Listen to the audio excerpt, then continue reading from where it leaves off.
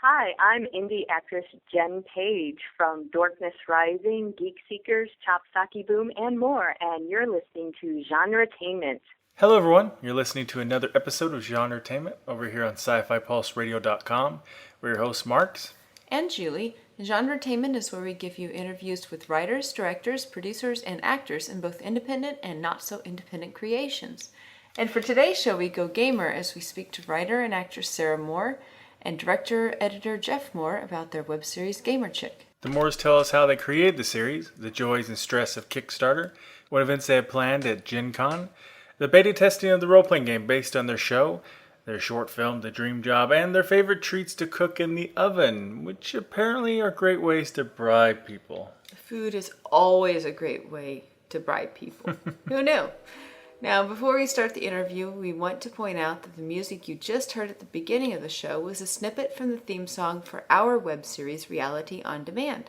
It's a song composed and performed by our friend Tishon Hardy. You can find our web series at realityondemandseries.com. Now let's get started with our interview with the minds behind the series of Gamer Chick, Sarah and Jeff Moore.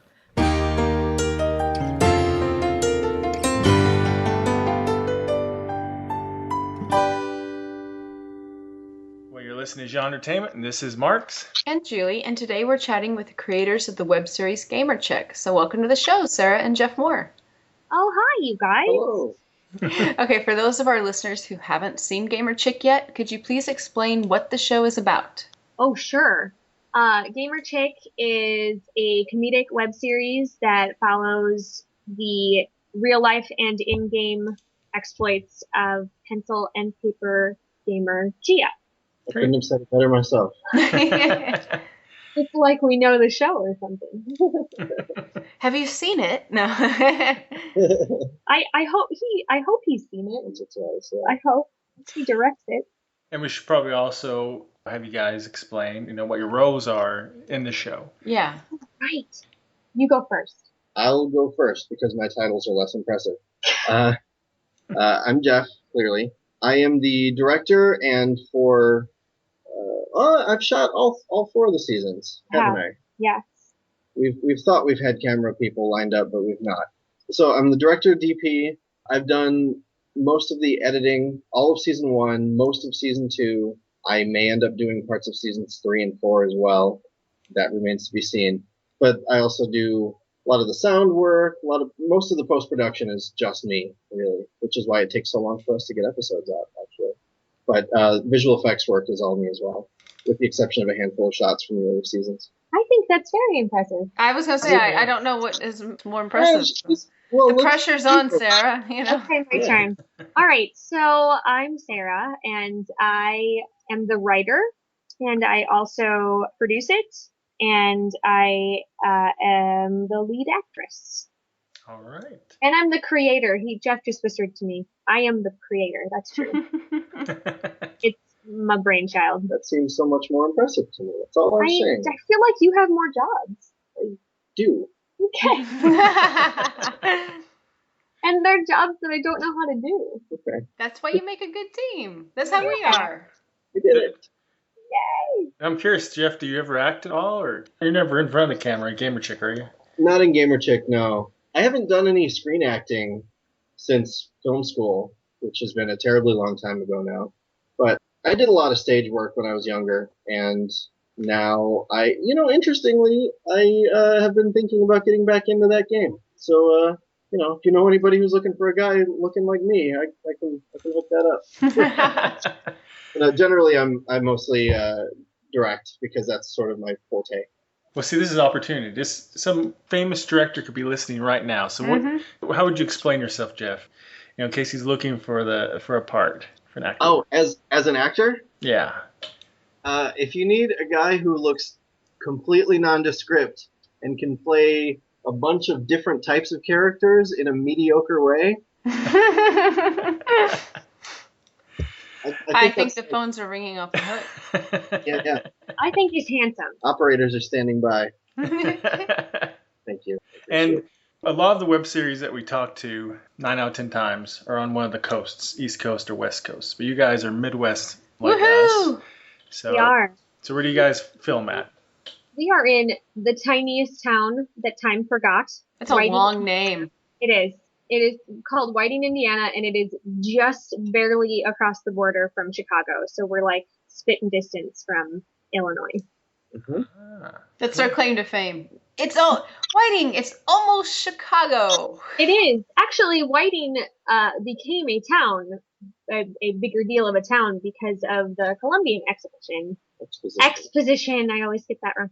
1893. In 1893, because they were far enough outside the city and so many people came into Chicago for the exposition that they needed more places to stay. And so our little tiny town sort of boomed. Oh, cool. That's cool. And now we have a festival dedicated to the pierogi every year. So I was going to say, is the motto Whiting, Indiana, for those who can't get into Chicago? It might as well be. Yeah, it's close. It's a cute little town. We like it here. I actually think it sounds, any place that will have a festival for a pierogi sounds cool. And it was just a couple weeks ago, actually, pierogi festival, and I go and eat my weight in pierogies every year. Amazing. I love when towns have their own things like that. That's so cool. I love festival season around here. You know, that's what people who aren't from the Midwest think we have nothing to do. And the biggest problem is oftentimes on the weekends there's too many things and you have to choose. Yeah. Right. For sure. Well, there's no choice when it comes to the pierogi festival. You just go there. Yeah. Well, with me it was Volksfest this last weekend. So, you know, there's no choice. That's 3 days of beer and polka and everything else. So, you know. Yeah. Like pierogi. It does sound like pierogi fest.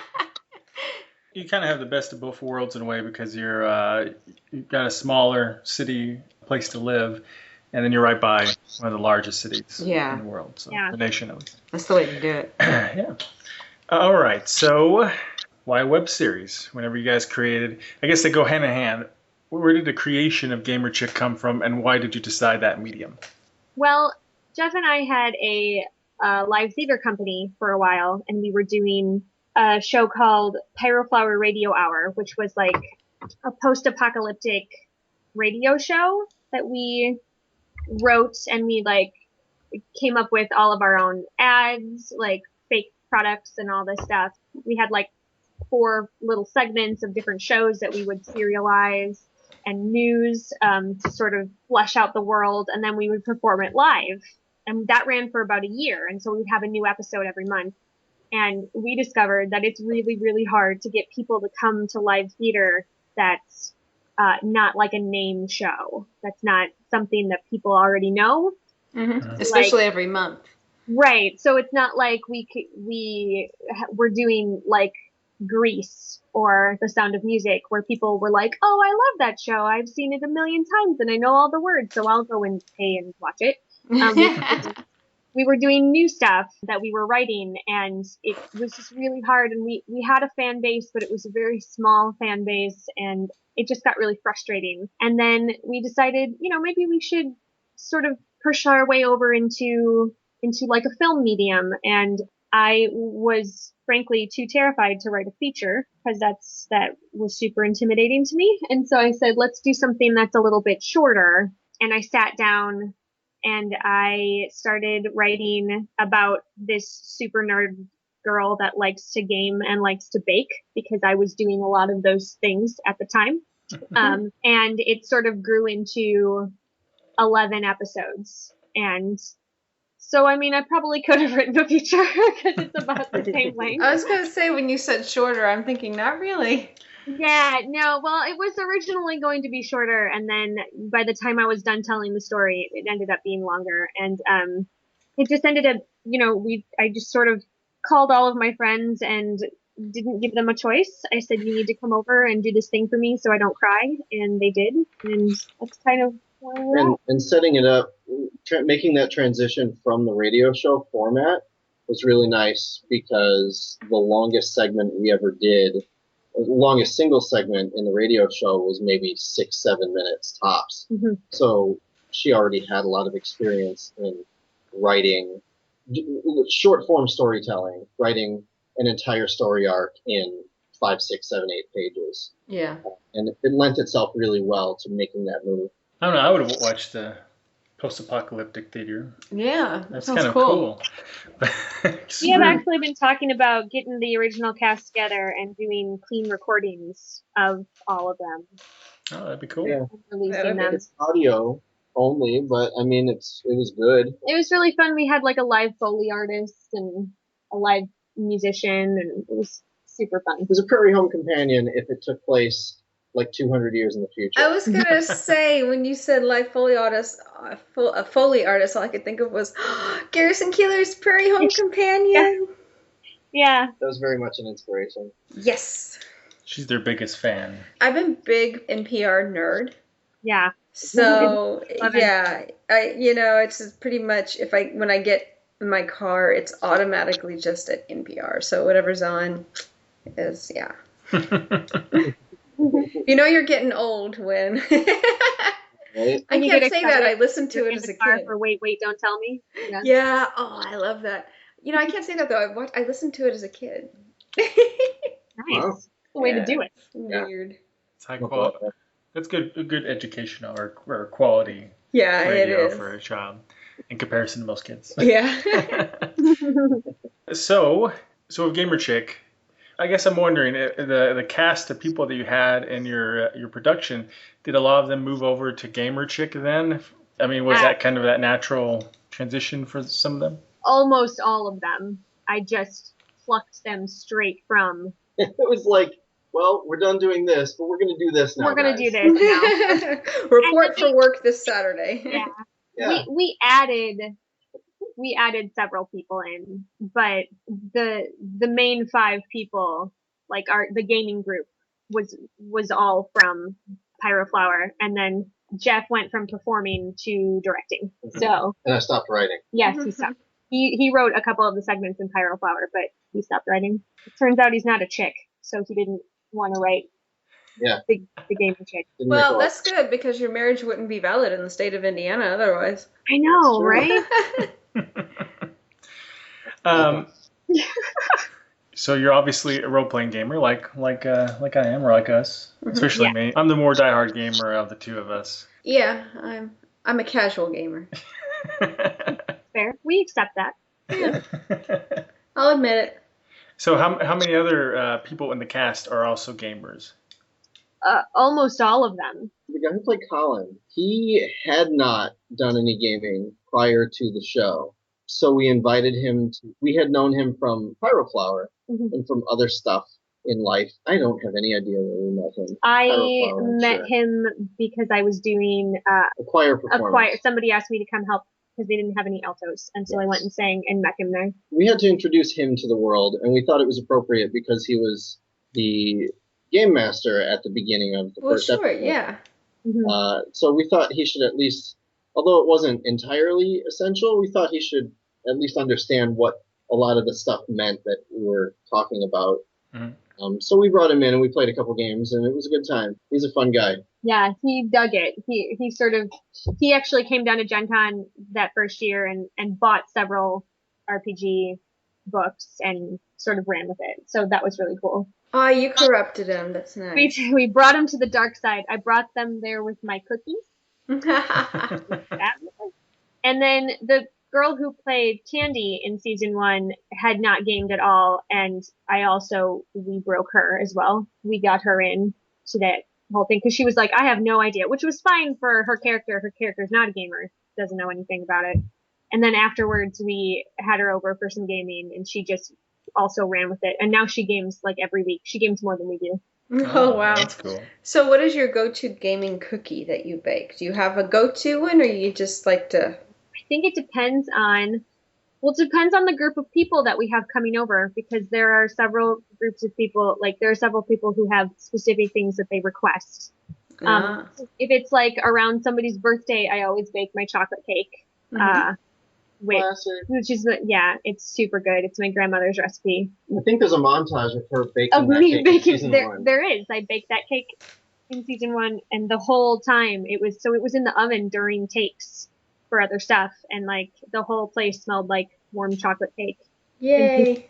Is it done? Yes, I want to eat the cake. But I also do Rice Krispie treats a lot because I can make them in about 15 minutes. Just whip them together. And I use all of the marshmallows on the planet every time.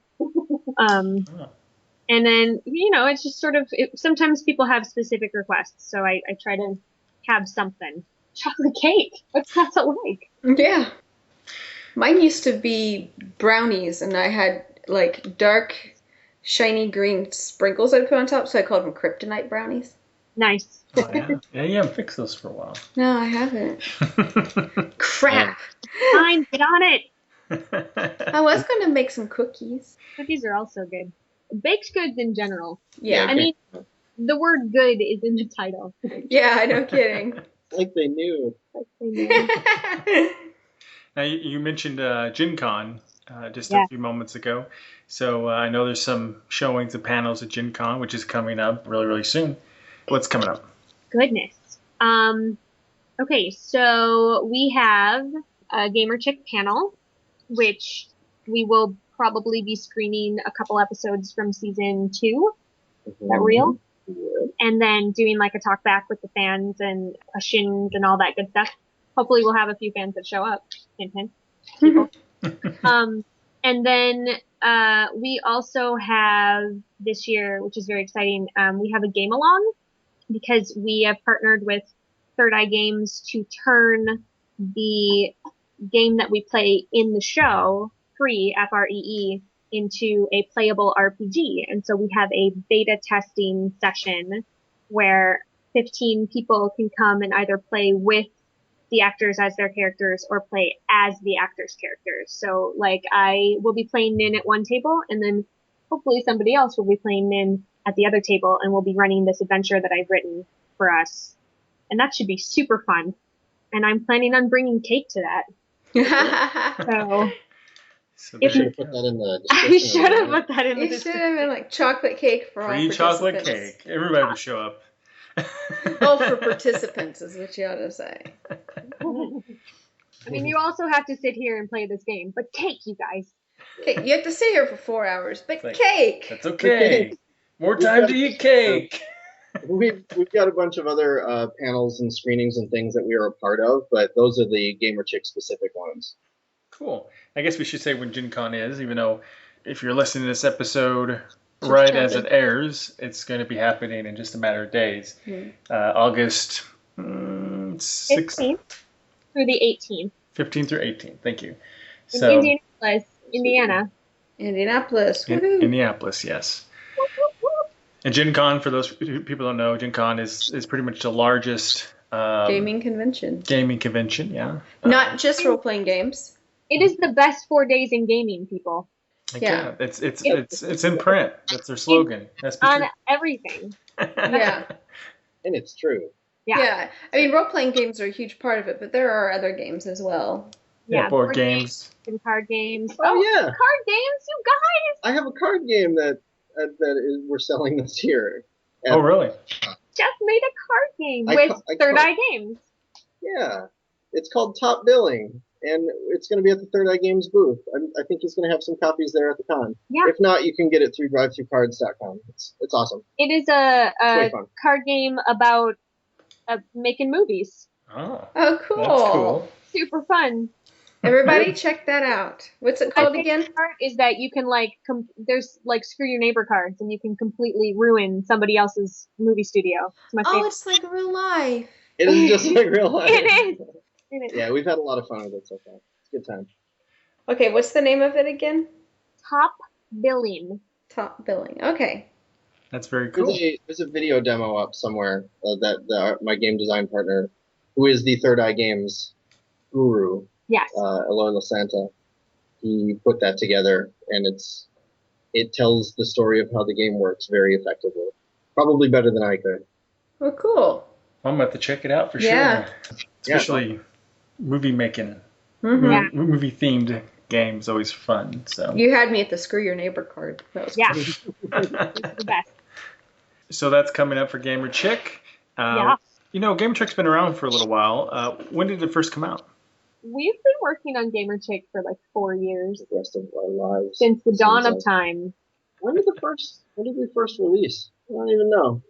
Season 1 premiered at Gen Con 3 years ago? 3 years 4 ago? years ago? I don't know.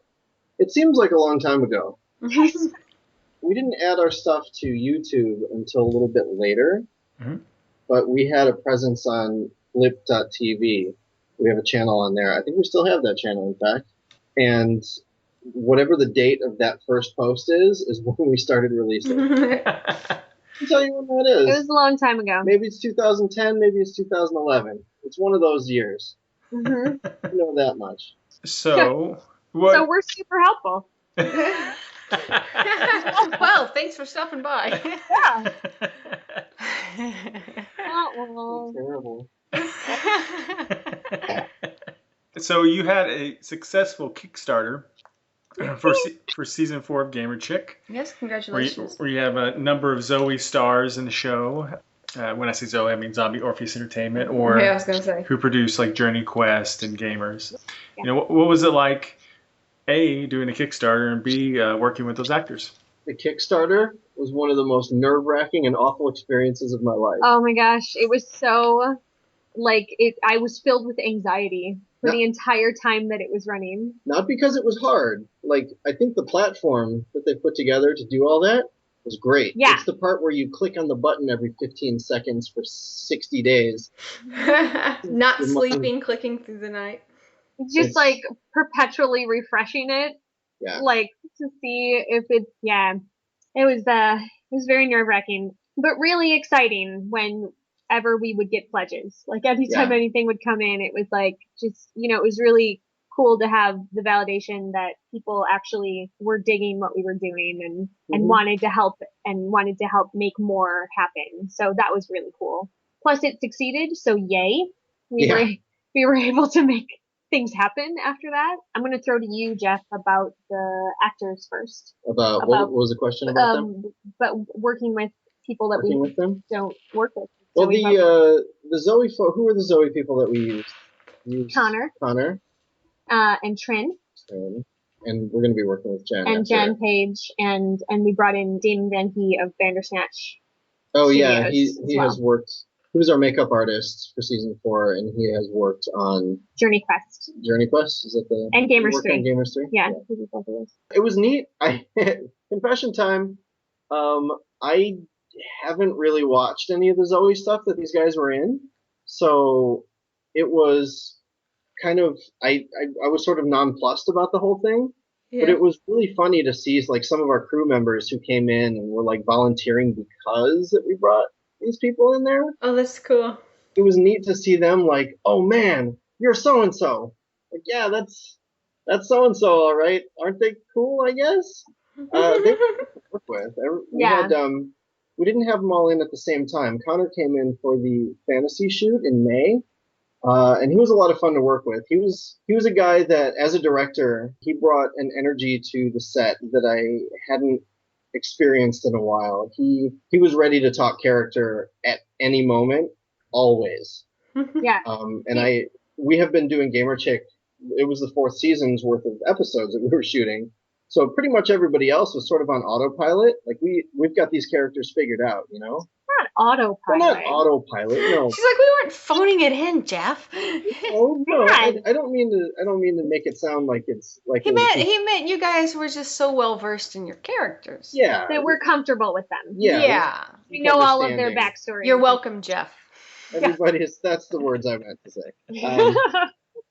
But it was nice to have like some fresh eyes and ears on set, just to kind of remind me that I have responsibilities as a director, other than just going, that looks great, let's move on. Honestly, with these guys, that's kind of all I have to do a lot of time. I get great takes every time, and maybe we shoot a couple extra for safety. Usually we got it on the first one, and usually that's the one we use, just because these guys are so comfortable with their characters. And it's a group you're comfortable with, too, that you've been working together for a while. Yeah. Mm-hmm. Yeah, that makes a big difference. Trin was the same thing when she came in July for the real world shoot. She was a whole lot of fun too. And she had some great ideas, and she had clearly also spent a lot of time thinking about her character ahead of time. And and came in and did the work, and it was great. Yeah.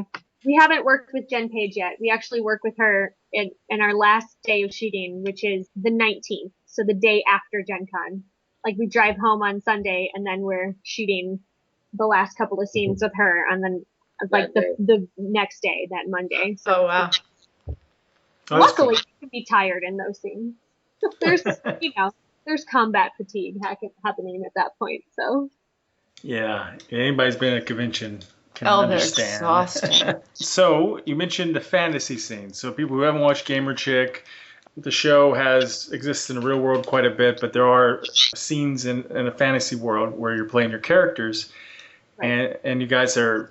I don't know if you did it in season 1 or not, but I know from then on you did green screen. Green screen. So how difficult was it to do that green screen work? Put those backgrounds in. Well, the process is not difficult, just because that was one of my major areas of study in school. Mm-hmm. So it goes pretty smoothly, but there's just a lot of it for me to be doing it all by myself. So it's very time consuming. It's a time consuming thing anyway. And things like rotoscoping come out very quickly when you're shooting against a green screen that's not quite big enough to put like 5 people in front of.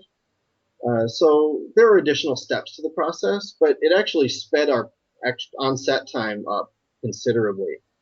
I was able to just put the actors in their places and go, and I have a lot of flexibility in post and what's behind them and what's going on in front of them and around them. I can do a lot of things that we didn't even have to think of on set. He doesn't like my hair though. No, I don't. Oh yeah. It keeps getting, every season it gets like bigger and curlier, and there's more of it, and that's harder to big curly hair is a big pain in the butt. Yeah, I always try and keep your hair over the screen. There was the first shot of season 1, actually, I'm running and my hair was bouncing all over the place, and he was like, I hate this shot. Yeah, you should be like, I think you should go bald, honey. I mean, I think that would be a good look for you. I do recall having to slick my hair down for a green screen before. Yeah. Yes, I'm sure that you would They were like, just put it in like a ponytail, and they're like, you got wispies. My hair isn't just gonna go flat against my head because you want it to. Right. Wishes and dreams. Yeah. So did the old, lick your hands, smooth down your hair, and do a take real quick. Just hope for the best. Yeah. Well, and it's fine. I mean, that's part of it. You have to key hair separately. That's just how it works. That's part of the deal. But the real challenge comes in when you have to rotoscope, because that sucks. Mm-hmm. Roto is a fairly thankless job that nobody knows anything about anyway. But when you have to rotoscope little tiny wisps of hair, you just want to avoid that if you can. And we have successfully done that so far. When we shot season 3, instead of just a single 10-foot screen that we shot in front of, we borrowed another screen that's the same size. We have 10 by 24. So we laid them sideways and sort of wrapped our garage with them on the inside. So we had half of our garage, like one full wall, and then half of each of the short walls covered in green screen. So it was a lot easier to get action happening in bigger ways and to get more people in front of the screen. Yeah. Yeah. And it's 130,000 degrees. Yeah. I was going to say, and I can just imagine, obviously I watch too much, sci-fi, fantasy, and horror. I can just imagine Jeff in there, like late in the night trying to like green screen and rotoscope with Sarah's hair, and then just like snapping and shaving her head while she sleeps. Yeah. What's going on? Lots of grumbling and mumbling under his breath. Most of my swearing has to do with Ed and his ad libs. Yeah. But I'm pretty accepting of what people do now. Another complication in doing like a fantasy setting is you have to do fantasy costumes. Yeah. So how'd you guys get the fantasy costumes made? Well, we thought we had a costumer for season 1, and she backed out by not returning phone calls anymore, which was awesome. And and it was sort of last minute, and we freaked out a little bit. But then Amanda Mall, who Who plays plays Nina? Nina and Lily, her mother and grandmother whipped together the costumes at the last minute from really poorly drawn sketches that I made because I can't draw. I'm super bad at it, but they made it happen, and we are super thankful for it. Well, little abuelita in the basement of her house, just like tearing it up, making us some And we're costumes. still using pieces of those Yeah. original costumes. That's great. We had, when did we get new costumes? Just season 4, right?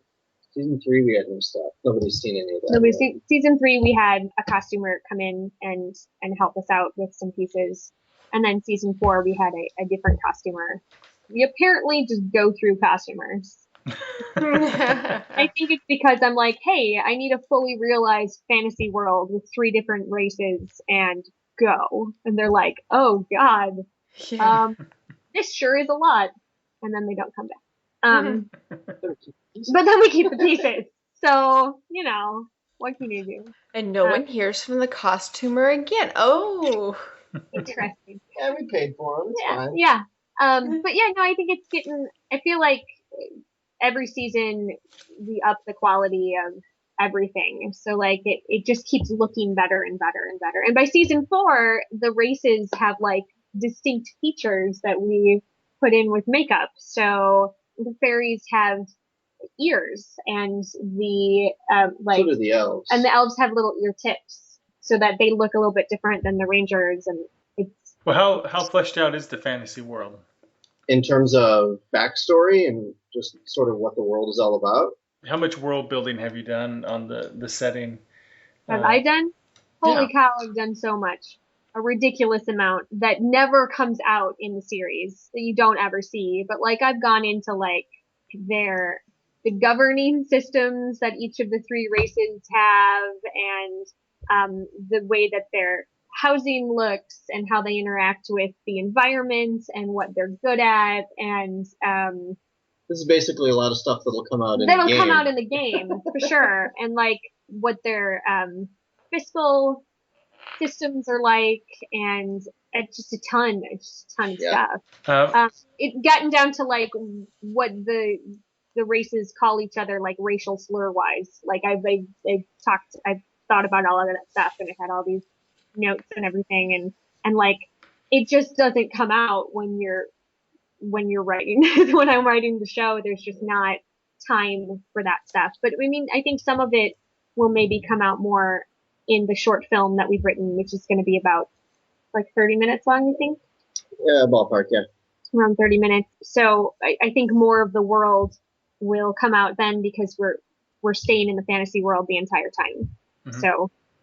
Now you guys talked about doing testing of a role-playing game version of it. Is the rule system going to be something like Pathfinder, or is it a brand new original rule system? Since we partnered with Third Eye Games, we thought it would be best if we adapted one of the systems that Dave already sort of worked with and developed. Because he does most of his own mechanics, and he'll do a couple games using each mechanic, and then we'll move on to a new one. And this one is based on a system that he designed for his game called Mermaid Adventures, which is it's designed to bring kids into the world of role-playing more easily. So it's a really like story-heavy, like RP-heavy, rules-light system. The way that you read the numbers is super easy. The way that you experience damage is really interesting. Mm-hmm. But it's basically like 4 core attributes, a handful of qualities, and any special gear you have that might affect the outcome of any of your actions. And that's kind of it. Then it's like, go play. Ooh, that sounds like what I'd like. Yeah. We actually play tested Mermaid Adventures with our kids, and at the time they were 6 and 4, I think. Maybe. I think 6 and 4, I believe. And they got it. Like they figured it out, and we were playing. It got to the point where like we were playing on the floor, so everybody was sitting on the floor, and they would roll their dice on a surface, and it got to the point where they were both standing up like over me because I was GMing, and they were like yelling what they wanted to do because they were so excited. So I think it's just like, I love the idea that we're using a system that kids can play because it's so much about your imagination, and it's not like really clunky. It's not number crunchy. Like, because I have more fun in situations where I can just kind of just play. Yeah, we play a lot more games that are more story driven than like numbers heavy. Yeah. I was going to say, 6 and 4 and not a lot of numbers. That sounds like my speed. I'm a casual gamer. Yeah. I like that. That's another thing that's good too, is that you don't have to have read the entire manual to play. Like, you have a basic idea, and you can have somebody walk you through how to do it fairly quickly, and you can just get started. Yes, some games get pretty complicated. Yeah. We've established that the problem, if it gets to the point where each person's taking 15, 20 minutes to do one move in the middle of a fight, Julie falls asleep until it's my turn again. Yeah. Engagement doesn't seem to be a problem in the types of games that we gravitate toward. So, because they're more story based, so we like to get into the action, and more of a cinematic feel is what we kind of go for in our home games. Yeah, those are the better ones, I think. Yeah, have you ever played Fate or Fudge? Yes. And it's, while not quite as simplified, it's really similar to that, in that it's, the dice don't get in your way, you know. Julie's a big fan of Mutants Masterminds. Yeah. My favorite character I've ever made is in that setting. Nice. We've been playing Hollow Earth Expeditions. Oh yeah? Mm-hmm. Super fun. And we were lucky enough that I on a long shot emailed Jeff Combos, who is one of the creators, and said, "Hey, I love your game, and I would love very much if you would let us use it in season 4. And he was like, "Cool, do it."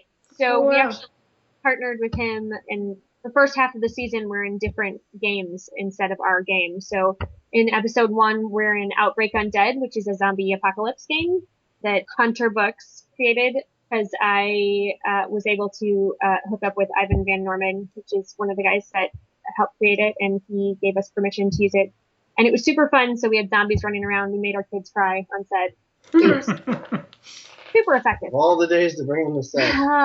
Great parenting, right? Yeah. And then episode 2, we actually do Wu Jing, which is a ninja game made by Third Eye Games. And then we're in Hollow Earth Expeditions, which is super fun. And one of the things that we've done in our home game with Hollow Earth is that we run around and fight dinosaurs, and we were being chased by a bunch of Yeti, and we ran into a bunch of Nazis, and then made the Yetis eat the Nazis while we were running away. Oh, that's so cool. It was brilliant. It was super fun. Yeah, it's a lot of fun. If Pulp Adventure is your thing, you should check them out. Yeah. It's fun. It's crazy fun. Rarely do you ever get such an effective use of Yetis in a game as to eat Nazis. Yeah. Oh, yeah, we use them to their full effect. Yeah. Now, what else have you guys been working on besides Gamer Chick? Because we talked about the card game a little bit, and I know Julie played a small part in a short film you guys did a while back. The Dream Job? We did the Dream Job. The Dream Job, that was a brainchild of mine that is going to be screening at Gen Con this year as well. For sure. That's it's a short. It's about a girl whose job it is to go and sort of help you survive your bad dreams, whatever that means for your dream. It's a little heady and a little obtuse, but it was a fun shoot for sure. It was super fun. Yeah, man. Yeah, I had a really great time. Yeah. Yeah, you drove a long way. Yeah. We do that. You handle a raw fish. And you handle the raw fish. Like, I am a vegetarian who handled the raw fish. It was so funny. Half of us there were like, "Oh my god, they got a real fish," and like half of us were like vegetarians who hadn't handled any sort of dead animal in years. And we were passing this darn fish to be around fair, the circle. I wasn't expecting anybody to actually find a fish. I wanted that, but I was ready with backup ideas. I tell you what, though, Oh Sarah, crap! What backup idea could we have had besides poor Murray? We named him Murray. I know that poor fish. He really did start to smell after a while. Thankfully, it wasn't any hotter than it was. It was pretty warm. Icky. What were your backup ideas? I had great ideas on the day. I couldn't tell you what they were now. I don't remember. It was too But they busy. didn't involve a raw dead fish. So There was a lot of running. so Dream Job will be premiering at Gen Con. At what time? Do you know? I do know. Look, it's Yeah. right here. It is at Mhm. 10 p.m. on Thursday nights. It's with the fantasy block, fantasy short block. Ah, cool. So it's sometime between 10 and I think 12. I don't know when. I'm going to go, and if it's not early, I might fall asleep. Any other projects have been in the works or may be in the works in the near future? Yeah, Yes. that you can talk about. I'm so excited about this one. Yeah, I'm about halfway through the script on a feature. Speaking of pulp adventure, I'm a big fan of pulp and of film noir. So I kind of mush the two together in sort of a diesel punk kind of setting, Oh, which I cool. don't know how much of that is surviving through, but it's a detective story called Flint Steel and the Scourge of the Skies. And the short version is it's a detective story in an alternate history where you've got an increased tech level in like the 40s in Chicago. So, the airships, the steamworks and that kind of stuff. All the trappings you would assume with like a steampunk or diesel punk kind of setting. Also, there are these characters called Sky Knights who are effectively ninjas with jetpacks. Gotta have a jetpack. Yeah. It's a completely insane sounding project, but everybody that we've gone through the proper pitch with has been way into it, and we're actually doing some screen testing at Gen Con this year. It's not done yet. We don't know when. We're hoping to be able to shoot next summer, but it's going to be a big undertaking. It's, as you can guess, probably it's going to be a thing. It's big. It's like the Maltese Falcon meets Indiana Jones. Woohoo! I think that's With flying ninjas. With flying Jetpacks. ninjas. Woohoo! Like, what's not to like about that? That sounds awesome. You know what's so cool is that when you go to like Gen Con and promote that one after it's done, you can have people dressed as ninjas with jetpacks walking around. Oh yeah. Like, how cool is that? Oh yeah. It'll be fun. That's all we really know or are talking about so far, but I think it's going to be awesome. Question mark. It is. It's gonna be awesome. Okay, if you get a working jetpack, I totally want to try it out. All right. It was nice meeting you. We'll just have you sign it. I'll sign the waiver, yeah. We got a live one. Let's go. Yeah. We're always looking to get involved with other people's stuff too. So whenever projects pop up, we try and hop on board. Yeah, it's really cool for me to go to somebody else's set and just be an actor every once in a while, because when we do our stuff, I generally act in it and write it or help write it and also produce it. And so it's really cool to just go, like when I went to go do Book of Dallas, I showed up and I had my one scene and all I had to do was say my line. Isn't that such a relief compared to like trying to star in it and produce and do all the other, oh my gosh. It's just like vacation. Yeah. I was like, so just sit here then and eat Tootsie Pops? Yeah, on it. Yeah, I can do I'm that. asking, I'm like, hey, you guys need an AC or something? I really would love just one job. Yeah. Yeah. I don't mean to complain. It's wonderful that I'm able to do all the things that I'm able to do, but it's also really nice to just be able to just do something else. Yeah, and be able to concentrate just on that. Yeah, we had a really good team though for season 4. We had people taking the pressure off. Oh, that's good. Good. I mean, not as many people as I would have liked, but a lot more people than we have had on previous seasons. So before we go, a little additional promotion moment. Shameless plug time. Yes. Where can everyone find your stuff? All your stuff. Everything you want them to find. Yes. Oh. Well, there are a few different places. Yeah. You can find us on Facebook. If you go search, I think GamerChick show or Gamer Chick series, you should be able to find us very easily. You can find us at GamerChickShow.com. That will basically redirect you to one of the other places, but that's us. Our YouTube channel is Gamer Chick Show. I believe we're hooked into the Zoe site. We are. You can find us on Zombie Orpheus. Romeo'sFo.net is our production company is Romeo's Fo Studios. So Romeo'sFo.net is our home base. It's still under construction because we just are putting up the new site, but there's a little bit of information there currently. Not much, but some. Well, thanks, guys. All right, you thanks, guys have a guys. good night. You too. All right. Bye. Or bye.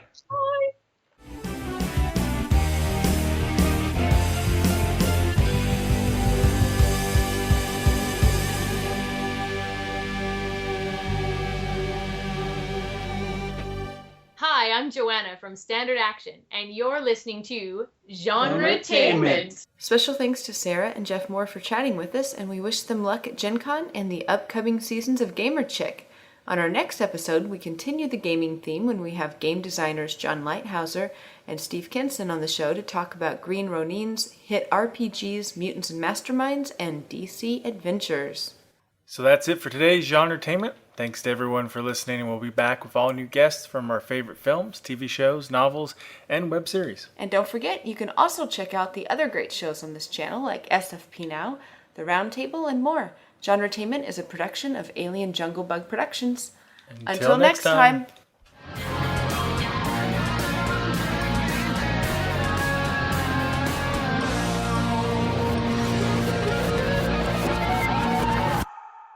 Fa-la-ree, fa-la-ra, fa-la-ree, fa-la-ra, ha ha ha ha.